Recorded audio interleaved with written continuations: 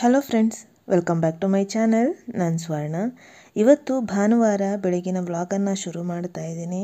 Holiday ಆಗಿರೋ ಕಾರಣ ಸ್ವಲ್ಪ ನಿಧಾನಕ್ಕೆ ಎದ್ದು ಕೆಲಸಗಳನ್ನೆಲ್ಲ ಮಾಡ್ಕೊಳ್ಳೋಣ ಅಂತ ಅಂದ್ಕೊಂಡೆ. ಬಟ್ ತುಂಬ ಪ್ಲ್ಯಾನ್ ಇತ್ತು ಇವತ್ತು.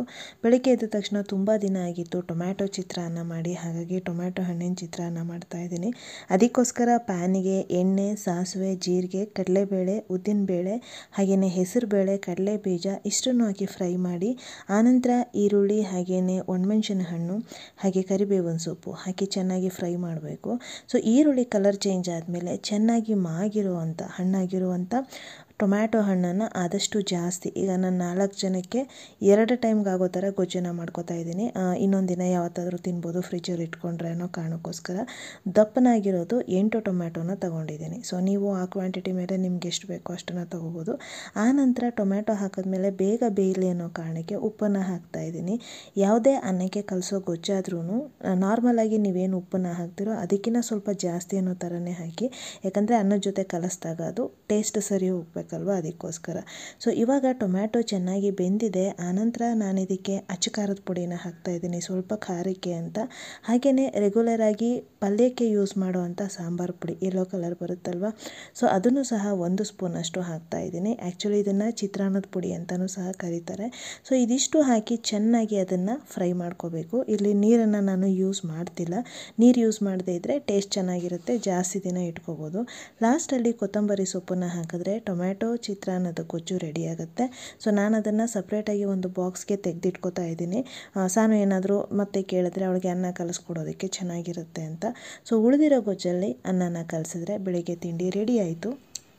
ತಿಂಡಿ ಎಲ್ಲ ಆದಮೇಲೆ ಹಸ್ಬೆಂಡ್ಗೆ ಮಂಡೇಯಿಂದ ಬೇರೆ ಕಡೆ ಡ್ಯೂಟಿಗೆ ಹಾಕಿದ್ದಾರೆ. ಬಟ್ ಟ್ಯೂಸ್ಡೇ ಸಾನು ಬರ್ಡೇ ಇತ್ತಲ್ವ, ಸೊ ಹಾಗಾಗಿ ಒಂದಷ್ಟು ಗಿಫ್ಟ್ ಈಗಲೇ ತೊಗೊಂಡ್ಬಿಡೋಣ, ಅವರಿಲ್ಲ ಅಂದರೆ ಕಷ್ಟ ಆಗುತ್ತೆ ಅನ್ನೋ ಕಾರಣಕ್ಕೆ ಶಾಪಿಂಗ್ ಹೋಗೋಣ ಅಂತ ಅಂದ್ಕೊಂಡ್ವಿ. ಬಟ್ ಅವಳಿಗೆ ಸರ್ಪ್ರೈಸ್ ಆಗಿರಬೇಕು, ಅವಳಿಗೆ ಗೊತ್ತಾಗಬಾರ್ದು ಅನ್ನೋ ಕಾರಣಕ್ಕೆ ಇಬ್ಬರು ತರಕಾರಿ ತರ್ತೀವಿ ಅಂತ ಹೋಗಿ ಅವಳಿಗೆ ಏನು ಇಷ್ಟ ಆಗುತ್ತೆ ಅಂತ ಆದಷ್ಟು ನೋಡಿದ್ವಿ. ಮತ್ತು ಗಿಫ್ಟು ರಿಪೀಟ್ ಆಗಬಾರ್ದು ಅನ್ನೋದೊಂದು ಕಾನ್ಸೆಪ್ಟ್ ಇತ್ತು. ಹಾಗಾಗಿ ಸ್ಯಾಂಡಲ್ಸ್ನ ನೋಡಿದ್ವಿ, ಜೊತೆಗೆ ಬ್ಯಾಗ್ ಎಲ್ಲರೂ ಹೊರಗಡೆ ಹೋದಾಗ ಅವಳಿಗೆ ಅಂತ ಒಂದು ಬ್ಯಾಗ್ ಬೇಕು ಅಂತಲೂ ಸರ್ಚ್ ಮಾಡಿದ್ವಿ. ಬಟ್ ನಾವು ಅಂದ್ಕೊಂಡಾಗ ಸಿಗಲಿಲ್ಲ.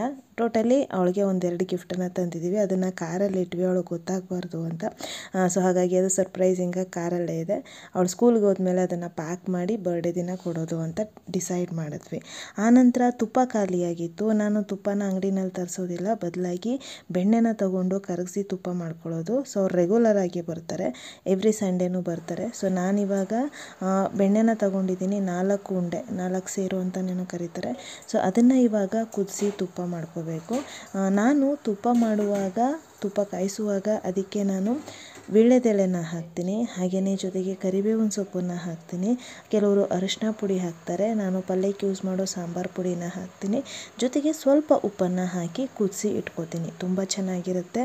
ಪ್ಲೇನ್ ಅನ್ನಕ್ಕೆ, ಬಿಳಿ ಅನ್ನಕ್ಕೂ ಸಹ ಈ ತುಪ್ಪನ ಕಲಿಸ್ಕೊಂಡು ತಿನ್ಬೋದು, ಸಪ್ಪೆ ಸಪ್ಪೆ ಅಂತ ಅನಿಸೋದಿಲ್ಲ. ಸೊ ಹಾಗಾಗಿ ಅಮ್ಮ ತುಪ್ಪ ಮಾಡುವಾಗಲೂ ಇದೇ ಥರ ಮಾಡ್ತಾರೆ. ಸೊ ನಾನು ಅದನ್ನೇ ಫಾಲೋ ಮಾಡ್ತೀನಿ. ನಂತರ ಇಲ್ಲಿ ಸೈಡಲ್ಲಿ ನೊರೆ ಥರ ಏನು ಬಂದಿರುತ್ತೋ ಅದನ್ನು ನಾನು ತೆಗೆದು ಸಪ್ರೇಟಾಗಿ ಇಟ್ಕೋತೀನಿ. ಹಾಗಂತ ಅದನ್ನು ವೇಸ್ಟ್ ಮಾಡೋದಿಲ್ಲ.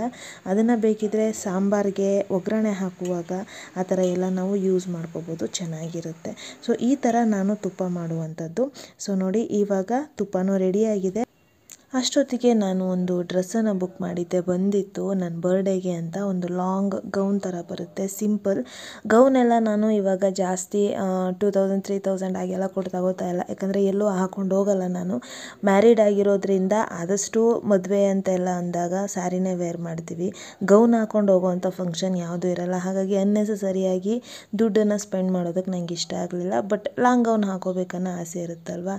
ಸೊ ಹಾಗಾಗಿ ನಾನು ಇದನ್ನು ಪರ್ಚೇಸ್ ಮಾಡಿದೆ. ಈ ಡ್ರೆಸ್ ಲಿಂಕನ್ನು ನಾನು ಡಿಸ್ಕ್ರಿಪ್ಷನಲ್ಲಿ ಹಾಕಿರ್ತೀನಿ, ಚೆಕ್ ಮಾಡಿ. ಫ್ಯಾಬ್ರಿಕ್ ವೈಸ್ ತುಂಬಾ ಚೆನ್ನಾಗಿದೆ, ತುಂಬ ಕಡಿಮೆ ದುಡ್ಡು, 450, ಅರೌಂಡ್ 450 ರೇಂಜಲ್ಲಿ ಬರುತ್ತೆ. ಬಟ್ ಕಲರ್ ಕಾಂಬಿನೇಷನ್ ಚೆನ್ನಾಗಿದ್ದರಿಂದ ತಗೊಂಡೆ. ಅದಾದ ನಂತರ ನಾನಿವಾಗ ಒಂದು ಆರ್ಗನ್ಸಾ ಬ್ಲೌಸ್ ಫ್ಯಾಬ್ರಿಕ್ ತೊಗೊಂಡಿದ್ನಲ್ವ, ಅದನ್ನು ಸ್ಟಿಚ್ ಮಾಡೋಣ ಅಂತ ಅಂದ್ಕೊಂಡೆ. ಸೊ ನನ್ನ ಐಡಿಯಾ ಇದ್ದಿದ್ದು ಫಸ್ಟು ಬ್ಯಾಕ್ ಕವರ್ ಆಗಬೇಕು, ಮತ್ತು ಫ್ರಂಟ್ ನಾರ್ಮಲ್ ನೆಕ್ ಬರುತ್ತೆ, ಫ್ರಂಟ್ ಬಟನ್ ಕೊಡೋಣ ಅಂತ ಅಂದ್ಕೊಂಡಿದ್ದೆ. ಮತ್ತು ಈ ಲೈನಿಂಗ್ ಕ್ಲಾತ್ ಏನಿದೆ, ಲಾಸ್ಟ್ ಟೈಮ್ ಒಂದು ಡ್ರೆಸ್ಸನ್ನು ಸ್ಟಿಚ್ ಮಾಡಿ ಮಾಡಿದ್ದೆ ಸ್ಯಾರಿ ಯೂಸ್ ಮಾಡಿ, ಅದರಲ್ಲಿ ಉಳಿದಂಥ ಲೈನಿಂಗ್ ಫ್ಯಾಬ್ರಿಕ್ಕು. ಸೊ ಇದೇ ಆಗುತ್ತೆ ಅನ್ನೋ ಕಾರಣಕ್ಕೆ ನಾನು ಲೈನಿಂಗ್ ಫ್ಯಾಬ್ರಿಕ್ ಏನು ತಗೊಳ್ಳೋದಕ್ಕೆ ಹೋಗಲಿಲ್ಲ.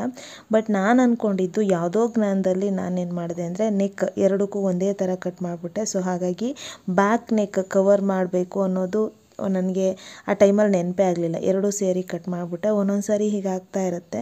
ಎಸ್ಪೆಷಲಿ ಇವತ್ತು ಪರ್ಟಿಕ್ಯುಲರ್ಲಿ ಏನಾಯ್ತು ಅಂತ ಗೊತ್ತಿಲ್ಲ, ಬೆಳಗ್ಗೆಯಿಂದ ಒಂಥರ ಮೂಡ್ ಸ್ವಿಂಗ್ಸ್. ಕೆಲವೊಮ್ಮೆ ಚೆನ್ನಾಗಿದೆ ಅನ್ನಿಸ್ತಾ ಇತ್ತು, ಕೆಲವೊಮ್ಮೆ ತುಂಬ ಇರಿಟೇಷನ್ ಅನ್ನೋದು, ಬೇಜಾರು ಅನಿಸೋದು, ಈ ಥರ ಎಲ್ಲ ಆಗ್ತಿತ್ತು. ಅದೇ ರೀಸನ್ಗೆ ಅದರಿಂದ ಸ್ವಲ್ಪ ಡೈವರ್ಟ್ ಆಗೋಣ ಅನ್ನೋ ಕಾರಣಕ್ಕೆ ಸ್ಟಿಚಿಂಗ್ನ ತಗೊಂಡೆ. ಸಂಡೇ ಸ್ವಲ್ಪ ಓದ್ಕೊಳ್ಳೋಣ, ಎಕ್ಸಾಮ್ಗೆ ರೆಸ್ಟ್ ಮಾಡೋಣ ಅನ್ನೋ ಥರನೇ ಇದ್ದಿತ್ತು. ಬಟ್ ಆ ಥರ ಮೂಡ್ ಸ್ವಿಂಗ್ ಆಗಿದ್ದರಿಂದ ಓಕೆ ಏನಾದರೂ ಅದರಿಂದ ಹೊರಗಡೆ ಬರಬೇಕನ್ನೋ ಕಾರಣಕ್ಕೆ ನಾನು ಸ್ಟಿಚಿಂಗ್ ತಗೊಂಡೆ. ಆಗ ಕಾನ್ಸಂಟ್ರೇಷನ್ನ ಅದ್ರ ಮೇಲೆ ಫೋಕಸ್ ಮಾಡಬೇಕು, ಆವಾಗ ಮೂಡ್ ಸ್ವಿಂಗ್ ಕಡಿಮೆ ಆಗುತ್ತೆ, ಸ್ವಲ್ಪ ಇರಿಟೇಷನ್ ಎಲ್ಲ ಕಡಿಮೆ ಆಗುತ್ತೆ ಅಂತ. ಬಟ್ ಅದರಲ್ಲೂ ಮಿಸ್ಟೇಕ್ ಆಯಿತು. ಅಲ್ಲೂ ಸ್ವಲ್ಪ ಬೇಜಾರೇ ಆಯಿತು ನನಗೆ. ಬ್ಯಾಕ್ ಕವರ್ ಕೊಟ್ಟಿದ್ರೆ ಚೆನ್ನಾಗಿ ಕಾಣುತ್ತಿತ್ತಲ್ವಾ ಅಂತ. ಬಟ್ ಏನು ಮಾಡೋದಕ್ಕಾಗಲ್ಲ, ಲೈನಿಂಗ್ ಫ್ಯಾಬ್ರಿಕ್ ಆಲ್ರೆಡಿ ಕಟ್ ಮಾಡಿಬಿಟ್ಟಿದ್ದೆ. ಮತ್ತೊಂದು ಲೈನಿಂಗ್ ತೊಗೊಂಡು ಸ್ಟಿಚ್ ಮಾಡ್ಬೋದಿತ್ತು, ಬಟ್ ಅಷ್ಟೊಂದು ನನಗೆ ಮತ್ತೆ ರಿಸ್ಕ್ ತೊಗೊಂಡು ಮಾಡಬೇಕಂತ ಅನ್ನಿಸ್ಲಿಲ್ಲ. ಸೊ ಹಾಗಾಗಿ ನಾನೇನು ಮಾಡಿದೆ, ಇಟ್ಸ್ ಓಕೆ ಅಂತ ಹೇಳಿ ಫ್ರಂಟ್ ನೆಕ್ ರೌಂಡ್ ನೆಕ್ಕನ್ನು ಕೊಟ್ಟು, ಹಾಗೆಯೇ ಬ್ಯಾಕ್ ನೆಕ್ಕಲ್ಲಿ ಸ್ಕ್ವೇರ್ ನೆಕ್ ಬರೋ ಥರ ನಾನು ಸ್ಟಿಚ್ ಮಾಡೋಣ ಅಂತ ಅಂದ್ಕೊಂಡೆ. ಹೇಗೋ ಒಟ್ಟಿನಲ್ಲಿ ಇದನ್ನು ಇವತ್ತು ಮುಗಿಸೋಣ ಅನ್ನೋ ಕಾರಣಕ್ಕೆ. ಬಟ್ ವಿಡಿಯೋ ಮಾಡುವಾಗ ಇದು ಆರ್ಗಾನ್ಸಾ ಫ್ಯಾಬ್ರಿಕ್ ಆಗಿರೋದ್ರಿಂದ ನೋಡೋದಕ್ಕೆ ಸ್ವಲ್ಪ ಪೇಪರ್ ಥರನೇ ಇದ್ರೂ ಸ್ಟಿಚ್ ಮಾಡುವಾಗ ಮತ್ತು ಕಟ್ ಮಾಡುವಾಗ ತುಂಬಾ ಜಾರ್ತಾ ಇತ್ತು. ನನಗೆ ಡೀಟೇಲಾಗಿ ವಿಡಿಯೋ ಮಾಡಿ ತೋರಿಸ್ಬೇಕನ್ನೋ ಉದ್ದೇಶದಿಂದನೇ ನಾನು ಇದನ್ನು ತಗೊಂಡಿದ್ದು ಒಂದಾದರೆ, ಇನ್ನೊಂದು ನನ್ನ ಮೈಂಡ್ ಡೈವರ್ಟ್ ಮಾಡಬೇಕು ಅನ್ನೋದಾಗಿತ್ತು. ಬಟ್ ಅಲ್ಲಿ ಆ ಫ್ಯಾಬ್ರಿಕ್ ಕೂರ್ತಾನೆ ಇರಲಿಲ್ಲ. ನಾನು ಆಗಲೇ ಹೇಳಿದಾಗೆ ಅದು ಇನ್ನೊಂದು ಥರ ಬೇಜಾರು, ಬೇರೆ ಯಾವುದಾದ್ರೂ ಫ್ಯಾಬ್ರಿಕ್ ತೊಗೊಂಡು ಸ್ಟಿಚ್ ಮಾಡ್ಬೋದಿತ್ತೇನೋ ಅನ್ನೋ ಥರ ಆಗೋಯ್ತು ನನಗೆ. ತುಂಬಾ ಜಾರ್ತಾ ಇತ್ತು. ಸೊ ಹಾಗಾಗಿ ಡೀಟೇಲಾಗಿ ವಿಡಿಯೋ ಮಾಡೋದಕ್ಕಾಗಲಿಲ್ಲ. ಬಟ್ ನಾನು ಒಂದ್ಸರಿ ತೊಗೊಂಡು ಕೆಲಸನ ಕಂಪ್ಲೀಟ್ ಮಾಡದೆ ಬಿಡಲ್ಲ, ಹಾಗಾಗಿ ಅದನ್ನು ಮುಗಿಸ್ದೆ. ಬಟ್ ಡೀಟೇಲಾಗಿ ನಿಮಗೆ ವಿಡಿಯೋ ಅದನ್ನು ಶೇರ್ ಮಾಡೋದಕ್ಕಾಗಿಲ್ಲ, ಸಾರಿ. ಒಂದು ಪರ್ಫೆಕ್ಟ್ ಫ್ಯಾಬ್ರಿಕನ್ನು ತಗೊಂಡು ನಿಮಗೆ ಕಟ್ ಮಾಡೋದು, ಸ್ಟಿಚ್ ಮಾಡೋದೆಲ್ಲನೂ ತೋರಿಸ್ತೀನಿ. ಸೊ ಇವಾಗ ನನ್ನ ಬ್ಲೌಸ್ ರೆಡಿಯಾಗಿದೆ, ಬಟನ್ ಹಾಕಬೇಕಷ್ಟೇ. ಆನಂತರ ಸಂಜೆ ಆಗಿದ್ದರಿಂದ ಮತ್ತು ಸಂಡೇ ಆಗಿದ್ದರಿಂದ ಸ್ನ್ಯಾಕ್ಸ್ ಏನಾದರೂ ಮಾಡು ಅಂತ ಹೇಳಿದ್ರು. ಮಾಡೋದಕ್ಕೆ ಮನಸ್ಸಿರಲಿಲ್ಲ. ಇವತ್ತು ಮಾಡಲ್ವ ಮಮ್ಮ ಅಂತ ಸಾನು ಪೂರ್ವಿ. ಸೊ ಹಾಗಾಗಿ ಓಕೆ ಅಂತ ಹೇಳಿ ಪಕೋಡಾನ ರೆಡಿ ಮಾಡ್ತಾಯಿದ್ದೀನಿ. ಪಕೋಡಾಗೋಸ್ಕರ ನಾನಿವಾಗ ಕಡಲೆ ಹಿಟ್ಟು 1 ಕಪ್ಪಷ್ಟು ಕಡಲೆ ಹಿಟ್ಟನ್ನು ಜರಡಿ ಆಡಿಕೊಂಡು ಅದಕ್ಕೆ ಒಂದು 2 ಸ್ಪೂನಷ್ಟು ಅಕ್ಕಿ ಹಿಟ್ಟನ್ನು ಹಾಕ್ತಾಯಿದ್ದೀನಿ. ಪಕೋಡ ಮಾಡಬೇಕಂದ್ರೆ ಅಕ್ಕಿ ಹಿಟ್ಟನ್ನು ಯೂಸ್ ಮಾಡಲೇಬೇಕು ನೀವು, ಇಲ್ಲಾಂದರೆ ಪಕೋಡ ಆಗಲ್ಲ ಅದು. ಆನಂತರ ಇದಕ್ಕೆ ನಾನು ಅಚ್ಚ ಖಾರದ ಪುಡಿ, ಸೋಡಾನ ಹಾಕೋದಕ್ಕೆ ಹೋಗ್ಬೇಡಿ, ರುಚಿಗೆ ತಕ್ಕಷ್ಟು ಉಪ್ಪು, ಹಾಗೆಯೇ ಜಾಸ್ತಿ ಈರುಳ್ಳಿ ಮತ್ತು ಮೆಣಸಿನ್ಕಾಯಿ, ಕರಿಬೇವಿನ ಸೊಪ್ಪು, ಹಾಗೆ ಕೊತ್ತಂಬರಿ ಸೊಪ್ಪು ಇದಿಷ್ಟನ್ನು ಹಾಕಿ ತುಂಬ ಸ್ಟಿಕ್ಕಿಯಾಗಿ ಬರಬೇಕು, ನಿಮ್ಮ ಕೈಗೆ ಅಂಟ್ಕೋಬೇಕು, ಆ ಥರ ಅದನ್ನು ಕಲಿಸ್ಕೋಬೇಕು ನೀವು. ತುಂಬಾ ಚೆನ್ನಾಗಿ ಬರುತ್ತೆ ಆವಾಗ. ಮತ್ತು ಈರುಳ್ಳಿನ ಆದಷ್ಟು ಸಣ್ಣಗೆ ಉದ್ದಕ್ಕೆ ಕಟ್ ಮಾಡ್ಕೊಳ್ಳಿ. ಪಕೋಡ ಒಳ್ಳೆ ಸ್ಟ್ರಕ್ಚರಲ್ಲಿ ಬರುತ್ತೆ, ತಿನ್ನೋದಕ್ಕೂ ಇಷ್ಟ ಆಗುತ್ತೆ. ನಂತರ ಕಾದಿರೋ ಎಣ್ಣೆನ ನಾವೇನು ಬ್ಯಾಟರ್ ಮಾಡ್ಕೊಂಡಿದ್ದೀವೋ ಅದಕ್ಕೆ ಮಿಕ್ಸ್ ಮಾಡಿ ಮತ್ತೆ ಕಲಿಸ್ಕೋಬೇಕು. ಸೊ ನಾನು ತೋರಿಸ್ತೀನಿ ಕನ್ಸಿಸ್ಟೆನ್ಸಿ ಹೇಗಿರಬೇಕು ಪಕೋಡಾಗೆ ಅಂತ ನೋಡಿ. ಈ ಥರ ನಿಮ್ಮ ಕೈಗೆ ಅಂಟ್ಕೋಬೇಕದು. ಆನಂತರ ಅದನ್ನು ಎಣ್ಣೆಯಲ್ಲಿ ನಿಮ್ಮ ಕೈನ ರಬ್ ಮಾಡ್ತಾ ಹೋದರೆ ಪಕೋಡ ಹಾಗೆಯೇ ಎಣ್ಣೆಗೆ ಬೀಳ್ತಾ ಇರುತ್ತೆ. ತುಂಬ ಅಂದರೆ ತುಂಬ ಚೆನ್ನಾಗಿ ಬರುತ್ತೆ, ಕ್ರಿಸ್ಪಿಯಾಗಿರುತ್ತೆ. ಮತ್ತು ಯಾವುದೇ ಕಾರಣಕ್ಕೂ ಸೋಡಾ ಮಾತ್ರ ಯೂಸ್ ಮಾಡೋದಕ್ಕೆ ಹೋಗಬೇಡಿ, ಪಕೋಡಾಗೆ ಚೆನ್ನಾಗಿರಲ್ಲ. ಸೊ ಇವಾಗ ಮಕ್ಕಳಿಗೆ ಈವ್ನಿಂಗ್ ಸ್ನ್ಯಾಕ್ಸ್ ಪಕೋಡ ರೆಡಿಯಾಗಿದೆ. ಪಕೋಡ ತಿಂದಾದಮೇಲೆ ನೆಕ್ಸ್ಟ್ ನನ್ನ ಒಂದಷ್ಟು ಓದ್ಕೊಂಡೆ ನಾನು, ಎಕ್ಸಾಮ್ ಇರೋದ್ರಿಂದ. ತುಂಬ ಜನ ಕೇಳ್ತಾ ಇದ್ರಿ ಯಾವ ಥರ ಬರೀಬೇಕು ಹೇಳಿ ಅಂತ. ನಾನು ಪದೇ ಹೇಳ್ತಾ ಇರ್ತೀನಿ, ಇಲ್ಲಿ ಪೇಜ್ ವೈಸ್ ನಾನು ಬರ್ಕೊಂಡು ಹೋಗೋದು. ನನ್ನ ಮೈಂಡ್ ಸೆಟ್ ಇರೋ ಪ್ರಕಾರ 5 ಮಾರ್ಕ್ಸ್, 10 ಮಾರ್ಕ್ಸ್, 15 ಮಾರ್ಕ್ಸ್ಗೆ ಇರುತ್ತೆ ನಮಗೆ ಎಕ್ಸಾಮು. 5 ಮಾರ್ಕ್ಸ್ಗೆ 2 ಪುಟ ಬರೀತೀನಿ, 10 ಮಾರ್ಕ್ಸ್ಗೆ 3 ಪುಟ ಬರೀತೀನಿ, 3ರಿಂದ 4 ಪುಟ. ಹಾಗೆಯೇ 15 ಮಾರ್ಕ್ಸ್ಗೆ 4ರಿಂದ 5 ಪುಟ, ಕೆಲವೊಂದು ಆನ್ಸರ್ಸ್ ಆದರೆ 6 ಪುಟನೂ ಆಗುತ್ತೆ. ಸೊ ಈ ಥರ ನಾನು ಪೇಜ್ ಮೇಲೆ ಡಿಪೆಂಡ್ ಆಗಿ ಬರ್ಕೊಂಡು ಹೋಗ್ತೀನಿ. ಮತ್ತು ಪದೇ ಹೇಳೋ ಥರ ಪಾಯಿಂಟ್ಗಳನ್ನು ಅಷ್ಟೇ ನೀವು ನೋಟ್ ಮಾಡಿಕೊಂಡು ಅದನ್ನು ಎಕ್ಸ್ಪ್ಲೈನ್ ನೀವೇ ಮಾಡಬೇಕು. ನೀವು ಹೇಗೆ ಅರ್ಥ ಮಾಡ್ಕೊಂಡಿರ್ತೀರ ಹಾಗೆ ನೀವೇ ಎಕ್ಸ್ಪ್ಲೈನ್ ಮಾಡಿ. ತುಂಬ ಡೀಟೇಲಾಗಿ ಓದ್ಕೊಂಡು ಹೋಗೆಲ್ಲ ನಾವು ಎಕ್ಸಾಮ್ನ ಬರೆಯೋದಕ್ಕಾಗಲ್ಲ, ಕಷ್ಟ ಅದು ಸ್ವಲ್ಪ. ಸೊ ಆನಂತರ ನಾನಿವಾಗ ಸಾನು ಬಟ್ಟೆಗಳನ್ನೆಲ್ಲ ಸಗ್ರಿಗೇಟ್ ಮಾಡ್ತಾ ಇದ್ದೆ. ಕೆಲವೊಂದಷ್ಟು ಬಟ್ಟೆಗಳು ಚೆನ್ನಾಗಿರ್ತವೆ, ಆದರೆ ಒಳಗೆ ಆಗೋದಿಲ್ಲ ಅಂಥ ಬಟ್ಟೆಗಳನ್ನೆಲ್ಲ ಸಪ್ರೇಟಾಗಿ ತೆಗೆದಿಟ್ಟು, ನಮ್ಮ ಮನೆಯಿಂದ ಸ್ವಲ್ಪ ಮುಂದೆ ಹೋದರೆ ಅಲ್ಲಿ ಒಂದಷ್ಟು ಜನ ಇದ್ದಾರೆ. ಅಲ್ಲಿ ಮಕ್ಕಳಿಗೆ ಇವಳ ಏಜ್ ಮಗುನೇ ಇದೆ, ಇವಳಿಗಿನ್ನ ಚಿಕ್ಕ ಮಗು. ಸೊ ಅವಳಿಗೆ ಇವಳು ಬಟ್ಟೆಗಳೆಲ್ಲ ಆಗ್ತವೆ. ಸುಮಾರು 4-5 ಸಾರಿ ಕೊಟ್ಟಿದ್ದೀನಿ, ನನ್ನ ಬಟ್ಟೆಗಳು, ಪೂರ್ವಿ ಬಟ್ಟೆಗಳು, ಸಾನು ಬಟ್ಟೆಗಳು, ಅವ್ರ ಮನೇಲಿ ಯಾರಿಗಾದರೂ ಆಗಲಿ ಅನ್ನೋ ಕಾರಣಕ್ಕೆ. ಸೊ ಇವಾಗಲೂ ಅಷ್ಟೇ ಚೆನ್ನಾಗಿರಬೇಕು, ಹರಿದೋಗಿರಬಾರ್ದು. ಚೆನ್ನಾಗಿರೋ ಅಂಥ ಸಾನು ಯೂಸ್ ಮಾಡದೇ ಇರೋಂಥ ಬಟ್ಟೆಗಳನ್ನೆಲ್ಲ ಸಪ್ರೇಟಾಗಿ ಹಾಗಾಗಿ ಈ ಬ್ಯಾಗ್ಗೆ ಹಾಕಿ ಮಗು ಸ್ಯಾಟರ್ಡೆ ಅಥವಾ ಸಂಡೇ ಬರುತ್ತೆ ಆವಾಗ ಕೊಡೋಣ ಅಂತ ತೆಗೆದಿಟ್ಟೆ. ಆ ನಂತರದಲ್ಲಿ ನಾನಿವಾಗ ಸಂಜೆ ರಸಮ್ ಅನ್ನ ಮಾಡಿದ್ದೆ. ಊಟ ಎಲ್ಲ ಆದಮೇಲೆ ಒಂದು ಫೇಸ್ ಪ್ಯಾಕ್ ಮಾಡೋಣ ಅಂತ ಅಂದ್ಕೊಂಡೆ. So face pack at least weekly once ಮಾಡಬೇಕು. ನನಗೇನಾಗಿದೆ ಅಂತಂದರೆ ಪಿಸಪ್ ಚಾಕ್ ಡಸ್ಟಿಂದ ಮುಖದಲ್ಲಿ ಪಿಂಪಲ್ ಬರ್ತಾ ಇದೆ. ಏನು ಮಾಡಿದ್ರೂ ಹೋಗ್ತಾ ಇಲ್ಲ. ಅದು ಹೇಗೆ ಅಂದರೆ ಒಂದು ಬಂದು ಅದು ಕಡಿಮೆ ಆಗಿ ಅದು ಬ್ಲ್ಯಾಕ್ ಸ್ಪಾಟ್ ಹಾಗೆ ಉಳ್ಕೊಳ್ಳುತ್ತೆ, ಆ್ಯಕ್ನಿ ಮಾರ್ಕು. ಆನಂತರ ಮತ್ತೊಂದು ಬರುತ್ತೆ, ದಪ್ಪ ದಪ್ಪ ಬರ್ತಾ ಇದೆ. ಸೊ ಅದಕ್ಕೋಸ್ಕರ ನಾನಿವಾಗ ಆಲೂಗೆಡ್ಡೆ ಸಿಪ್ಪೆ ಎಲ್ಲ ತೆಗೆದು ಅದನ್ನು ತುರಿದು ಅದರ ರಸ ತಗೊಂಡು ಅದಕ್ಕೆ ಸ್ವಲ್ಪ ಅರಿಶಿನ ಮಿಕ್ಸ್ ಮಾಡ್ತಾ ಇದ್ದೀನಿ, ಹಾಗೆಯೇ ಕಡಲೆ ಹಿಟ್ಟು. ಇದಿಷ್ಟನ್ನು ಯೂಸ್ ಮಾಡಿ ಒಂದು ಫೇಸ್ ಪ್ಯಾಕನ್ನು ಮಾಡ್ಕೋತಾ ಇದ್ದೀನಿ. ಅಟ್ಲೀಸ್ಟ್ ವೀಕ್ಲಿ ಒನ್ಸ್ ನೀವು ಫೇಸ್ ಪ್ಯಾಕನ್ನು ಅಪ್ಲೈ ಮಾಡೋದ್ರಿಂದ ನಿಮ್ಮ ಸ್ಕಿನ್ ಟೈಟ್ ಆಗುತ್ತೆ. ಹಾಗಾಗಿ ಮನೇಲಿರೋಂಥ ಇಂಗ್ರೀಡಿಯೆಂಟ್ಸೇ ಯೂಸ್ ಮಾಡಿಕೊಂಡು ಫೇಸ್ ಪ್ಯಾಕನ್ನು ಮಾಡ್ಕೊಳ್ಳಿ. ಬಟ್ ಯಾವುದೇ ಫೇಸ್ ಪ್ಯಾಕನ್ನು ಯೂಸ್ ಮಾಡೋಕ್ಕಿಂತ ಮುಂಚೆ ನಿಮ್ಮ ಫೇಸನ್ನು ಕಂಪ್ಲೀಟಾಗಿ ಕ್ಲೀನ್ ಮಾಡ್ಕೋಬೇಕು. ನಾನು ಹಾಗಾಗಿ ಮೊದಲು ಪ್ಲೇನ್ ವಾಟರಲ್ಲಿ ಮುಖನ ತೊಳ್ಕೊಂಡು ಆನಂತರ ಏನು ಪ್ಯಾಕನ್ನು ರೆಡಿ ಮಾಡ್ಕೊಂಡಿದ್ನೋ ಅದನ್ನು ಮೊದಲು ಸ್ಕ್ರಬ್ಬರ್ ಥರ ಯೂಸ್ ಮಾಡ್ತಾ ಇದ್ದೀನಿ. ಅಂದರೆ ಮುಖದಲ್ಲಿ ಡೆಡ್ ಸ್ಕಿನ್ ಅಥವಾ ಡಸ್ಟ್ ಏನಾದರೂ ಇದ್ದರೆ ಅದು ರಿಮೂವ್ ಆಗಲಿ ಅನ್ನೋ ಕಾರಣಕ್ಕೆ ಫೇಸ್ ಪ್ಯಾಕ್ ಹಾಕೋಕ್ಕಿಂತ ಮುಂಚೆ ನಿಮ್ಮ ಮುಖ ಕ್ಲೀನಾಗಿರಬೇಕು. ಕೆಲವೊಬ್ಬರು ಡೈರೆಕ್ಟಾಗಿ ಕೆಲಸ ಎಲ್ಲ ಮುಗಿಸಿ ಅದೇ ಮುಖಕ್ಕೆ ಮತ್ತೆ ಫೇಸ್ ಪ್ಯಾಕ್ ಹಾಕೋದ್ರಿಂದ ಏನೂ ಯೂಸ್ ಆಗಲ್ಲ. ಬದಲಾಗಿ ಒಂದು ಸರಿ ನೀಟಾಗಿ ಕ್ಲೀನ್ ಮಾಡ್ಕೊಳ್ಳಿ ಫೇಸನ್ನು. ಬೆಟರ್ ಅಂದರೆ ಪ್ಯಾಕ್ ಹಾಕೋಕ್ಕಿಂತ ಮುಂಚೆ ಈ ಥರ ಸ್ಕ್ರಬ್ ಮಾಡ್ಕೊಳ್ಳಿ, ಇಲ್ಲಾಂದರೆ ಹಾಲನ್ನು ಯೂಸ್ ಮಾಡಿ ಕ್ಲೆನ್ಸಿಂಗ್ ಥರ ಮಾಡ್ಕೊಳ್ಳಿ ಮುಖನ. ಆನಂತರ ಮತ್ತೆ ಮುಖನ ವಾಶ್ ಮಾಡಿ ಪ್ಯಾಕ್ ಹಾಕೋದ್ರಿಂದ ನಿಮಗೆ ಡೆಫಿನೆಟಾಗಿ ಒಳ್ಳೆ ರಿಸಲ್ಟ್ ಬರುತ್ತೆ. ಇನ್ನೊಂದೇನು ಅಂದರೆ ಹಾರ್ಮೋನಲ್ ಇಂಬ್ಯಾಲೆನ್ಸಿಂದನೂ ಸಹ ಪಿಂಪಲ್ಸ್ ಬರ್ಬೋದು.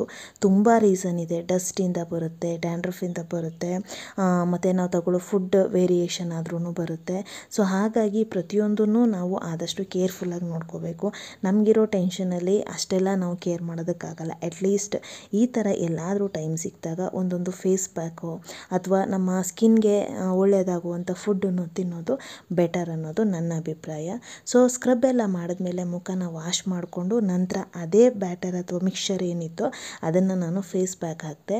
ಅದೊಂದು 20 ಮಿನಿಟ್ ಬೇಕು ಡ್ರೈ ಆಗೋದಕ್ಕೆ. ಅಲ್ಲಿ ತನಕ ಅಡುಗೆ ಮನೆ ಹೇಗಿದ್ದರೂ ಕ್ಲೀನ್ ಮಾಡಬೇಕಿತ್ತು. ಹಾಗಾಗಿ ಇವಾಗ ಅಡುಗೆ ಮನೆನ ಕ್ಲೀನ್ ಮಾಡ್ಕೋತಾ ಇದ್ದೀನಿ. ಆದಷ್ಟು ನಾನು ಈ ಥರ 2-3 ಕೆಲಸಗಳನ್ನು ಮಾಡ್ಕೊಳ್ಳೋದ್ರಿಂದ ನನಗೆ ಟೈಮ್ ಸೇವ್ ಆಗುತ್ತೆ ಒಂದು, ಮತ್ತು ಎಲ್ಲ ಕೆಲಸನೂ ಅಟ್ ಎ ಟೈಮ್ ಮುಗಿಯುತ್ತೆ. ಆದಷ್ಟು ಹೀಗೆ ಮಾಡ್ಕೊಳ್ಳಿ. ಕೆಲಸ ಇದೆ ಅನ್ನೋ ಕಾರಣಕ್ಕೆ ನಮ್ಮನ್ನು ನಾವು ಕೇರ್ ಮಾಡದೇ ಇದ್ದರೆ ಯಾರಿಗೂ ಏನೂ ಲಾಸ್ ಇಲ್ಲ, ನಮಗೆ ಲಾಸ್ ಅದು. ಸೊ ಹಾಗಾಗಿ take care of your self ಅಂತ ಹೇಳೋದಕ್ಕೆ ಇಷ್ಟಪಡ್ತೀನಿ. ತುಂಬಾ ಮುಖ್ಯ ಅದು. ನಾವೆಲ್ಲಿಗೆ ಹೋಗಬೇಕಿತ್ತು, ಮನೇಲೇ ಇರ್ತೀವಿ, ಈ ಪ್ಯಾಕ್ ಎಲ್ಲ ಏನಕ್ಕೆ ಅಂತ ನೀವು ಅಂದ್ಕೋಬೋದು. ನಮಗೆ ನಮ್ಮನ್ನು ನೋಡ್ಕೊಂಡಾಗ ಕನ್ನಡಿಲಿ ನಮ್ಗೆ ಇಷ್ಟ ಆಗೋದಕ್ಕಾದರೂ ನಾವು ಚೆನ್ನಾಗಿರಬೇಕು. ಹಾಗಂತ ಕಾಸ್ಟ್ಲಿ ಕಾಸ್ಮೆಟಿಕ್ಸ್ ಎಲ್ಲ ಯೂಸ್ ಮಾಡಿ ಅಂತ ಏನಿಲ್ಲ. ಮನೇಲೇನಿದೆಯೋ ಅದನ್ನೇ ಹಾಕ್ಕೊಂಡು ಚೆನ್ನಾಗಿ ಕಾಣೋಣ. ಪ್ರತಿ ಸಾರಿ ನಾನು ಇದನ್ನು ಹೇಳ್ತಾನೆ ಇರ್ತೀನಿ. ಸೊ ಇವಾಗ ಅಡುಗೆ ಮನೆಯೆಲ್ಲ ಕಂಪ್ಲೀಟ್ ಕ್ಲೀನಾಗಿದೆ ಸ್ನೇಹಿತರೆ. ಲಾಸ್ಟಲ್ಲಿ ರ್ಯಾಕ್ ಎಲ್ಲ ಏನಿತ್ತು ಅದು ಪಾತ್ರೆ ಎಲ್ಲ ತೊಳೆದು ಅಥವಾ ಡಸ್ಟ್ ಆಗಿರೋದ್ರಿಂದ ಲಾಸ್ಟಲ್ಲಿ ಒಂದು ಸರಿ ಈ ಥರ ಒರೆಸ್ಕೋತೀನಿ. ಅಲ್ಲಿಗೆ ನನ್ನ ಕ್ಲೀನಿಂಗ್ ಕೆಲಸ ಕಂಪ್ಲೀಟಾಗಿ ಮುಗೀತು. ಹಾಗೆಯೇ ಹಾಕಿದಂಥ ಪ್ಯಾಕು ಸಹ ಡ್ರೈ ಆಗಿದೆ. ಇದಕ್ಕೆ ಸ್ವಲ್ಪ ನೀರನ್ನು ಸ್ಪ್ರಿಂಕಲ್ ಮಾಡಿ ಮೊದಲು ಚೆನ್ನಾಗಿ ರಬ್ ಮಾಡಿ ಆನಂತರನೇ ನಿಧಾನಕ್ಕೆ ವಾಶ್ ಮಾಡಿ. ಸೊ ಸಡನ್ನಾಗಿ ನೀರು ಹಾಕಿ ರಬ್ ಮಾಡೋದ್ರಿಂದ ಸ್ಕಿನ್ ಸ್ವಲ್ಪ ರಫ್ ಆದಂಗೆ ಆಗುತ್ತೆ. ಹಾಗಾಗಿ ಸ್ವಲ್ಪ ನೀರನ್ನು ಸ್ಪ್ರೇ ಮಾಡಿಕೊಂಡು ನಿಧಾನಕ್ಕೆ ರಬ್ ಮಾಡೋದ್ರಿಂದ ಫೇಸ್ ಪ್ಯಾಕನ್ನು ರಿಮೂವ್ ಮಾಡ್ಬೋದು. ಕಡಲೆ ಹಿಟ್ಟಾಗಿರೋದ್ರಿಂದ ಸ್ವಲ್ಪ ಸ್ಟಿಕ್ಕಿ ಆಗಿರುತ್ತೆ. ಸೊ ಹುಷಾರಾಗಿ ಫೇಸ್ ಪ್ಯಾಕನ್ನು ರಿಮೂವ್ ಮಾಡ್ಕೊಳ್ಳಿ. ಸೊ ಇವಾಗ ರಿಮೂವ್ ಮಾಡಿ ಆಯಿತು.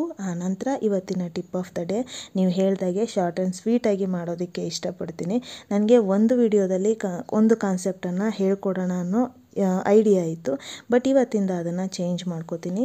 ಇವತ್ತಿನ ಟಿಪ್ ಆಫ್ ದ ಡೇನಲ್ಲಿ ನಾನು ಮಾತ್ರಾಗಣದ ಬಗ್ಗೆ ಹೇಳ್ತಾ ಇದ್ದೀನಿ. ಮಾತ್ರಾಗಣದಲ್ಲಿ 3 ಮಾತ್ರೆಗೆ ಒಂದು ಗುಂಪು ಅಥವಾ 4 ಮಾತ್ರೆಗೆ ಒಂದು ಗುಂಪು ಅಥವಾ 5 ಮಾತ್ರೆಗೆ ಒಂದು ಗುಂಪು ಈ ಥರ ಮಾಡ್ತಾರೆ. ಅದರಲ್ಲಿ ಕಂದಪದ್ಯ, ಷಟ್ಪದಿ ಮತ್ತು ರಗಳೆಯನ್ನು ನೋಡ್ಬೋದು. ಕಂದಪದ್ಯ ಅಂದಾಗ ಅದರಲ್ಲಿ 4 ಸಾಲು ಬರುತ್ತೆ. ಅದರಲ್ಲಿ 1ನೇ ಮತ್ತು 3ನೇ ಸಾಲು ಸಮವಾಗಿರುತ್ತೆ. ಹಾಗೆ 2 ಮತ್ತು 4ನೇ ಸಾಲು ಸಮವಾಗಿರುತ್ತೆ. ಹೇಗೆ ಸಮ ಅಂದರೆ 1 ಮತ್ತು 3ನೇ ಸಾಲಿನಲ್ಲಿ 4 ಮಾತ್ರೆಯ 3 ಗಣವನ್ನು ನೋಡ್ಬೋದು ನಾವು. ಹಾಗೆಯೇ 2 ಮತ್ತು 4ನೇ ಸಾಲಿನಲ್ಲಿ 4 ಮಾತ್ರೆಯ 5 ಗುಂಪು ಅಥವಾ 5 ಗಣವನ್ನು ನೋಡ್ತೀವಿ.